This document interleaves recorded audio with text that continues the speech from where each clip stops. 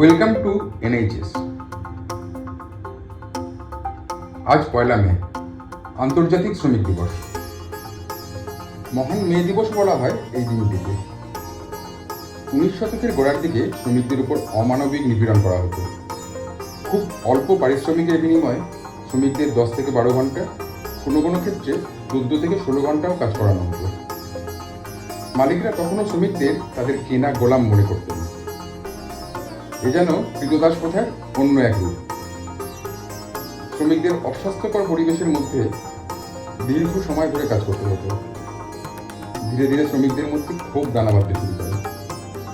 1886 খ্রিস্টাব্দে আমেরিকার শিকাগো শহরের হে মার্কেটের কাছে শ্রমিকরা বিক্ষোভে সামিল হয়। অনেকক্ষণ বিক্ষোভ চলার পর একটা পর্যায়ে শ্রমিকদের উপর নির্বিচারে গুলি চালায় সেখানে মজুদ পুলিশ। 10 থেকে 12 জন শ্রমিক নিহত হয়। এতেও শ্রমিকদের দমানো যায়নি। বিশ্বের বিভিন্ন প্রান্তে বিক্ষোভে ফেটে পড়ে শ্রমিকরা।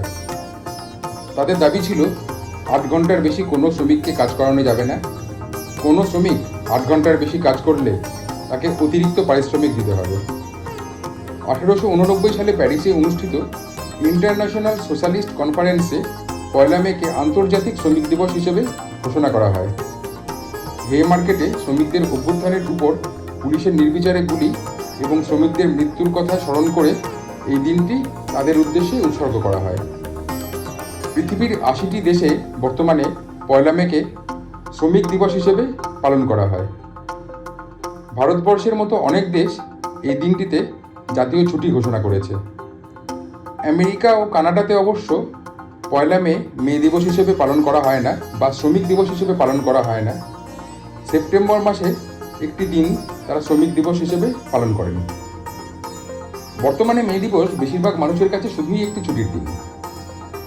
কারণ বর্তমান পরিস্থিতিতে শ্রমিকের ধরন পাল্টালেও শ্রমিকের অবস্থার কোনো পরিবর্তনই ঘটেনি, কোনো উন্নতিই হয়নি তাদের। সব থেকে বেশি শ্রমিক যে সেক্টরে কাজ করে বা বলা ভালো কায়িক পরিশ্রম করে তারা হলো জুট মিল এবং বিভিন্ন ছোট বড় কলকারখানার শ্রমিক। জুট মিলের দিকে যদি আমরা তাকাই, বর্তমানে ভারতের বেশিরভাগ জুট মিল হয় বন্ধ, না হলে মৃতপ্রায়। এর পেছনে অনেক যুক্তি খাড়া করা হয়, যেমন দেশ ভাগের পর কাঁচামালের অভাব, বর্তমান পরিস্থিতিতে জুট সামগ্রীর চাহিদার অভাব ইত্যাদি ইত্যাদি। এইসব যুক্তিগুলো কাজে লাগিয়ে জুট মিলের মালিকরা অন্য খেলায় ব্যস্ত। বর্তমানে এক একজন মালিকের একাধিক জুট মিল এবং গড়ের প্রতিটি জুট মিলে 5 থেকে 7,000 শ্রমিক কাজ করেন। ধরা যাক একই মালিকের 2টি জুট মিল আছে, মিল এ এবং মিল বি। মালিকপক্ষ যখন মিল এ কে চালু রেখেছে, তখন শ্রমিক বিক্ষোভে কাঁচামালের অভাব বিভিন্ন অজুহাত দেখিয়ে বন্ধ করে রাখছে মিল বি কে। কয়েক মাস মিল বি কে এইভাবে বন্ধ করার পর মালিকপক্ষ, সরকার পক্ষ, শ্রমিক পক্ষ বা শ্রমিক সংগঠন সবাই মিলে ত্রিপাক্ষিক বৈঠকে বসে। সিদ্ধান্ত নেয় মিল বিকে চালু করা হবে। ততক্ষণে অবশ্য মিল এ কে ওই মালিক বন্ধ করে রেখেছে সেই একই কারণ এবং অজুহাত দেখিয়ে। এই খেলার উদ্দেশ্য একটাই, মিল খোলার সময় শ্রমিককে এক প্রকার ব্ল্যাকমেল করে অল্প সময়ে সম্পূর্ণ উৎপাদন করিয়ে নেওয়া। শ্রমিকরা সারা বছর কাজ তো পাচ্ছেই না, উপরন্তু শ্রমিক মহল্লায় প্রচণ্ড অস্বাস্থ্যকর পরিবেশের মধ্যে তাদের বসবাস করতে হচ্ছে। কলকারখানাগুলির অবস্থাও প্রায় একই। 10 জনের কাজ আধুনিক মেশিনের দ্বারা একজনকে দিয়ে করিয়ে নেওয়া হচ্ছে। শ্রমিকের শ্রম এখন আর 8 ঘন্টায় সীমাবদ্ধ নেই। প্রতিদিন শহরতলি থেকে লক্ষ লক্ষ মানুষ কাজের জন্য শহরের দিকে রওনা দিচ্ছে। শহরমুখী ট্রেনগুলির দিকে তাকালেই হিসাবটা স্পষ্ট হয়ে যাবে। শহরমুখী ট্রেনে সব থেকে বেশি ভিড় হয় সকাল 7টা থেকে 9টার মধ্যে। শহর থেকে ফেরার যে ট্রেন, যেগুলো শহর থেকে শহরতলির দিকে ফিরে আসছে, সেই সব ট্রেনে কিন্তু সন্ধ্যে 7টা থেকে রাত 10টা অবধি বা তারও বেশি সময় ধরে বাদুড় ঝোলা ভিড় থাকে।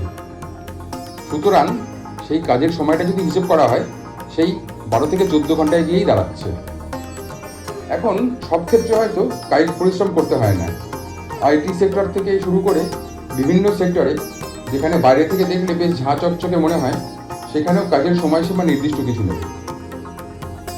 করোনা পরবর্তী সময়ে একটি নতুন শব্দ খুব শোনা যায়, ওয়ার্ক ফ্রম হোম। শুনে মনেই হতে পারে বাড়িতে বসে কাজ, এ তো খুব সহজ ব্যাপার। কিন্তু এখানেও এক নাগাড়ে 12 থেকে 14 ঘন্টা কাজ করতে হচ্ছে। করোনার সময় লকডাউনের কারণে কলকারখানা বন্ধ থাকায় বহু মানুষ কাজ হারায়। নতুন করে যখন কারখানাগুলো, প্রাইভেট অফিসগুলো খুলল, তখন কর্মী বা শ্রমিকদের অসহায়তার সুযোগ নিয়ে তাদের প্রাপ্য বেতনের থেকে অনেক কম বেতন তাদের অফার করা হলো, পুনরায় তাদের কাজে বহাল রাখার জন্য। আর কর্মহীন শ্রমিকরা বাধ্য হয়ে সেই কম মজুরিতে বা কম মাইনেতেই কাজে ঢুকতে বাধ্য হলেন। আর সরকারি চাকরির কথা আর না বলাই ভালো। শিক্ষা, স্বাস্থ্য থেকে শুরু করে প্রতিরক্ষা, প্রত্যেকটি প্রয়োজনীয় দপ্তরে কর্মীর সংখ্যা প্রয়োজনের তুলনায় অনেক কম। চাকরির বাজার এখন এতটাই খারাপ, মানুষ স্বেচ্ছায় কম পারিশ্রমিকেও বেশি শ্রম দিতে রাজি। তা 8 ঘন্টার জায়গায় 10 ঘন্টা, 12 ঘন্টা বা তার বেশি হলেও ক্ষতি নেই। পেটের তাগিদে মুখ বুজে তারা সব মেনে নিচ্ছেন, বা বলা ভালো মেনে নিতে বাধ্য হচ্ছেন। সময়ের সাথে শ্রমিকের বেশভূষা, কাজের ধরন বদল হলেও শ্রমিকের পরিস্থিতির কোনো পরিবর্তন হয়নি। আমরা বলতেই পারি হাকিম বদলেছে কিন্তু হুকুম বদলায়নি। এখন মে দিবস শুধুমাত্রই একটি ছুটির দিন, মিটিং মিছিলের দিন।